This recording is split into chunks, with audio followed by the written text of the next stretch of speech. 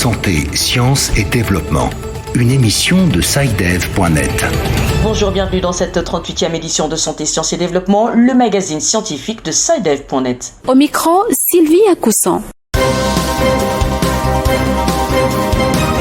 À la une cette semaine. Covid-19, s'achemine-t-on vers la fin de la pandémie? Beaucoup de signes inclinent à penser cela, qu'il s'agisse de la fin du confinement dans certains pays ou des mesures préparatoires à des essais à grande échelle.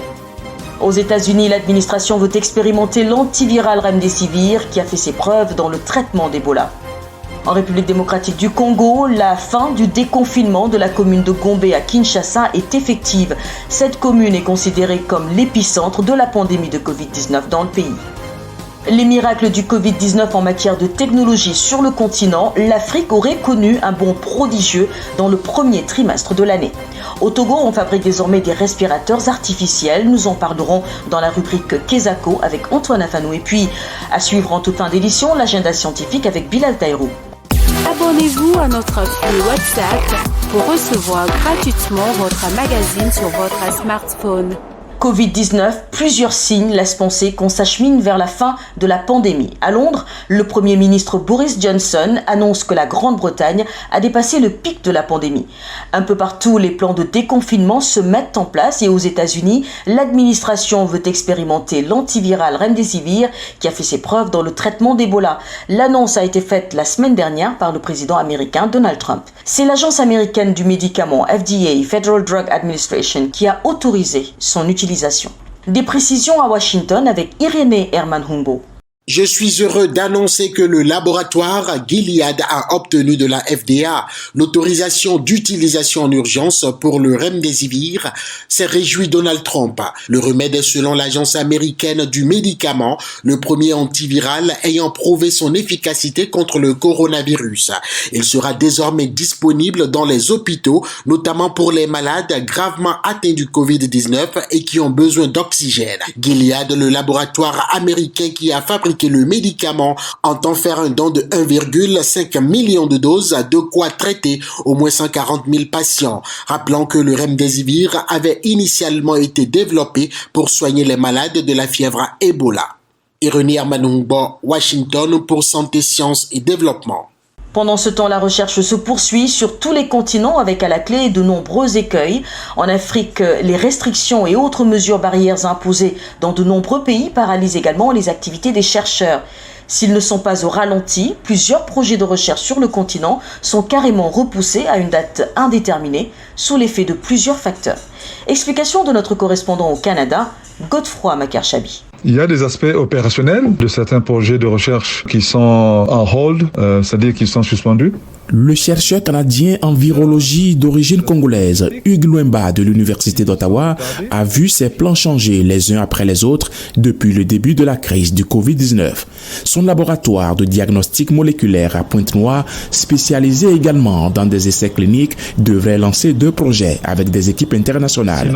Pour l'instant, le laboratoire est utilisé pour les tests du Covid-19 à Pointe-Noire et dans le sud du Congo. On a eu à suspendre des activités pour éviter qu'on soit exposé, que les participants aussi à ces projets ne soient exposés à la maladie. Il y a une douzaine de projets en Afrique qui ont demandé des extensions. Le Centre canadien de recherche pour le développement international, CRDI, qui finance plus de 300 projets en Afrique, n'a pas été épargné. Des équipes, notamment en Afrique de l'Est, ont dû modifier les délais d'exécution des projets, comme l'explique la directrice Afrique de l'organisme, Julie Cromley. Je pense par exemple aux activités de collecte de données auprès des communautés ou encore des activités de dissémination publique ou des formations, ou tout simplement, certaines équipes n'ont pas les capacités techniques à travailler à distance depuis que leurs universités ou leurs instituts de recherche sont fermés. À Ottawa, Godefroy Makarchabi pour Santé, Sciences et Développement. Covid-19 au Sénégal, face à l'explosion des cas communautaires, le tracking est une solution qui s'impose de plus en plus. Il s'agit du traçage téléphonique pour dépister le virus. Si les spécialistes sanitaires approuvent l'idée, certains chercheurs en informatique et autres usagers d'éthique se montrent assez réservés. Ces derniers évoquent les moyens que le tracking nécessite, mais aussi le souci de protéger les données personnelles. Pape Besdiba à Dakar. Le numérique pour freiner la propagation du coronavirus. Il s'agit de tracer les porteurs du virus ou les cas suspects via la géolocalisation des téléphones mobiles.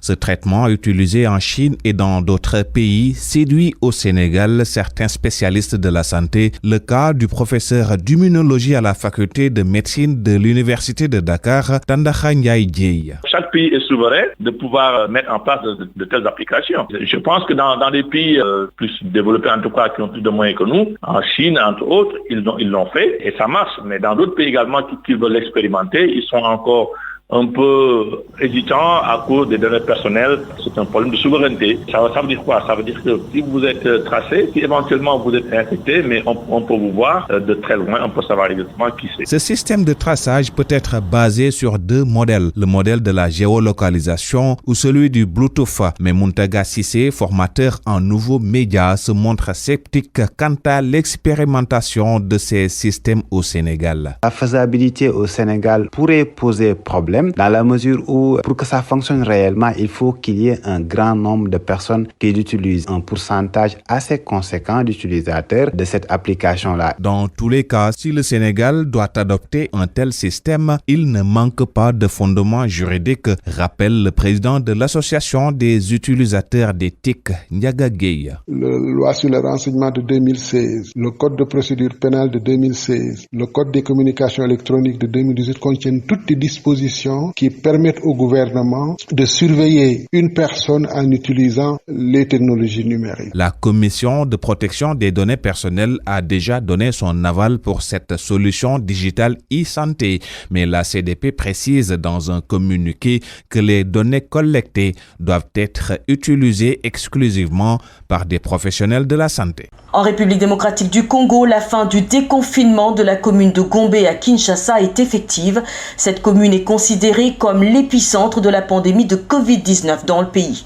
Les autorités de la ville de Kinshasa ont opté pour le déconfinement progressif du centre-ville et ont aussi annoncé le port obligatoire des masques dans les espaces publics. À Kinshasa, la correspondance de Jacques Matande. Dans les véhicules qui veulent entrer à la Gombe, les policiers contrôlent si les occupants ont leur badge d'accès au centre-ville. Aux différents points d'accès, il y a du monde. Gombe, centre des affaires de la capitale de la République démocratique du Congo, garde encore le dispositif mis en œuvre durant les 14 premiers jours de ce confinement, comme l'explique Gentili Gobila, gouverneur de la ville de Kinshasa. Déconfiner totalement, mais nous n'allons pas déconfiner totalement, nous allons le faire progressivement.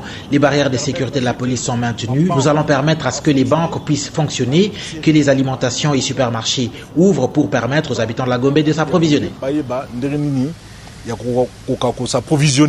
Autre chose que les policiers vérifient lorsque l'on veut accéder à la commune de la Gombe, c'est le port du masque sur la place publique, rendu obligatoire par les autorités de la ville.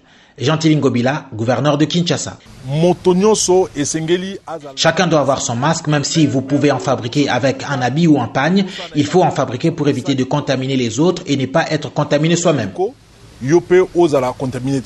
Le non-respect de la mesure du port du masque peut être soumis au paiement d'une amende de près de $3 américains. Depuis l'annonce de la mesure, les prix du masque ont presque triplé. Le gouverneur de la ville de Kinshasa a promis de distribuer prochainement des masques gratuitement aux plus démunis. Signalons que le lundi 20 avril, la présidence de la République, par son porte-parole, Kasongome Mayamba, a annoncé la prolongation de l'état d'urgence sanitaire en RDC et le maintien des mesures de suspension des activités scolaires, ainsi que l'interdiction de rassemblement de plus de 20 personnes sur l'étendue du territoire national. Kinshasa, Jacques Matande pour Santé, Sciences et Développement.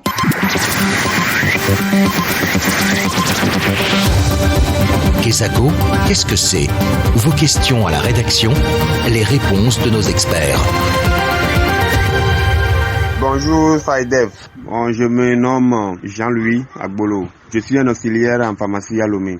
J'aimerais en savoir un peu plus sur les efforts fournis par les scientifiques du continent dans la lutte contre le Covid-19. Y a-t-il des éléments qui permettent de garder l'espoir? Parce que comparativement à tous les moyens techniques dont dispose l'Occident, j'ai le sentiment que l'Afrique se trouve totalement démunie. Merci. Voilà une question pertinente en raison du faible niveau d'avancement de la technologie en Afrique. Antoine Afanou, bonjour. Bonjour Sylvie, bonjour à tous. Vous êtes notre correspondant à Lomé et vous avez suivi avec nous la question de Jean-Louis. L'Afrique est-elle en mesure de faire face au Covid-19 d'un point de vue scientifique ? Tout d'abord, il faut reconnaître, Sylvie, que la technologie médicale sur le continent africain est encore à ses débuts parce que la grande majorité de tout le matériel utilisé dans les centres de santé est produit en dehors du continent. Mais de petites victoires viennent de temps en temps renforcer l'espoir de voir émerger de véritables solutions au plan local. L'exemple de ce groupe de jeunes qui ont réussi à fabriquer à Lomé un respirateur, appareil indispensable à la lutte contre le coronavirus. Et nous sommes allés à la rencontre de l'un d'entre eux, Darwin Yaovi. Il est le chargé des relations publiques du Nunia Lab, l'incubateur de start-up. Le respirateur artificiel, c'est une machine qui est constituée d'abord d'un disque. Le disque représente un peu le sens du battement cardiaque. Donc le disque tourne dans le sens de l'aiguille d'une montre. Et l'objectif, c'est de pouvoir réguler la tension, mais également de pouvoir permettre de mettre la pression sur un ballon. Et ce ballon, c'est ça qui alimente le poumon de la personne. Nous avons également le dispositif qui nous permet de le connecter avec la bouteille d'oxygène. Et la bouteille d'oxygène va alimenter le respirateur et va permettre à la personne de pouvoir respirer normalement. Le respirateur est relié à un moteur tout naturellement. Pour pouvoir permettre à ce que le respirateur fonctionne, il faut qu'il y ait un circuit. Et le circuit, c'est le moteur. C'est ça qui fait tourner le disque et qui met de la pression sur le ballon. La majorité des composants de ce respirateur ont été fabriqués ici, en utilisant des éléments qu'on retrouve sur le marché. C'était donc les explications de Darwin Yaovi au sujet du premier respirateur artificiel fabriqué à Lomé. Et on imagine, Antoine, la difficulté de la tâche. Oui, ça leur a pris 2 semaines pour fabriquer ce respirateur, mais avec l'expérience acquise, ces jeunes déclarent être en mesure aujourd'hui de produire un appareil chaque semaine. Merci Antoine, je rappelle que vous êtes notre correspondant à Lomé, au Togo, et que vous étiez en ligne avec nous de cette ville. Eh bien, chers auditeurs, si vous aussi souhaitez entrer en contact avec nous pour poser une question à nos experts, n'hésitez pas à nous laisser un message par WhatsApp au +221 78 476 87 80. Je rappelle, +221 78 476 87 80 pour poser vos questions à nos experts. L'agenda. C'est l'heure de l'agenda de la semaine prochaine avec Bilal Taïrou. Bonjour Bilal. Bonjour Sylvie. Alors dites-nous tout. Quels sont les événements phares de la semaine prochaine ? 3 événements que nous pouvons marquer dans notre agenda. Retenons d'abord le Global Digital Development Forum, prévu pour le 6 mai 2020. Co-organisé par l'USAID, Chemonix, Save the Children, TechChange, IntraHealth International et Digital Impact Alliance, l'événement est fondamentalement une conférence qui promeut les TIC pour le développement, spécialement conçue pour inclure les praticiens des pays à revenus faibles et intermédiaires. Les inscriptions se font sur le www.digitaldevforum.corse, COURSE.tc. À l'occasion de la 73e Assemblée mondiale de la santé à Genève en ce mois de mai, l'OMS, l'Organisation mondiale de la santé, accueillera ce festival pour la première fois le 12 mai. Le festival du film Santé pour tous entend donner aux individus la possibilité de se saisir du pouvoir de la narration et montrer le rôle des personnes et des communautés dans la promotion de la santé et du bien-être. Plus d'infos sur le site de l'OMS, le www.who.int/fr. Eh bien Sylvie, devinez à présent où se tiendra le dernier événement retenu pour cette semaine. Il s'agit d'une destination exotique que vous affectionnez particulièrement. Je suis pratiquement certaine que vous parlez de Marrakech. Effectivement, c'est la ville de Marrakech qui accueillera cet événement. Et c'est la conférence internationale sur les sciences agricoles et biologiques. Elle est organisée par l'International Society for Engineers and Researchers et se tiendra du 12 au 13 mai 2020. Les participants pourront rejoindre la conférence une fois de plus sur Zoom. Tous les détails sont sur le site de l'ISER, le site des organisateurs de la conférence. Voilà, ce sera tout pour cette semaine. Sylvie. Merci infiniment Bilal. Et c'est également la fin de ce magazine. Merci de l'avoir suivi. Rendez-vous est pris pour la semaine prochaine. Excellente semaine à tous. Cette émission est disponible en podcast sur le site sidev.net/fr. Cette émission a été réalisée sur financement du CRDI, le Centre de recherche pour le développement international, un organisme public canadien. Le CRDI investit dans le savoir, l'innovation et les solutions afin d'améliorer les conditions de vie dans les pays en développement.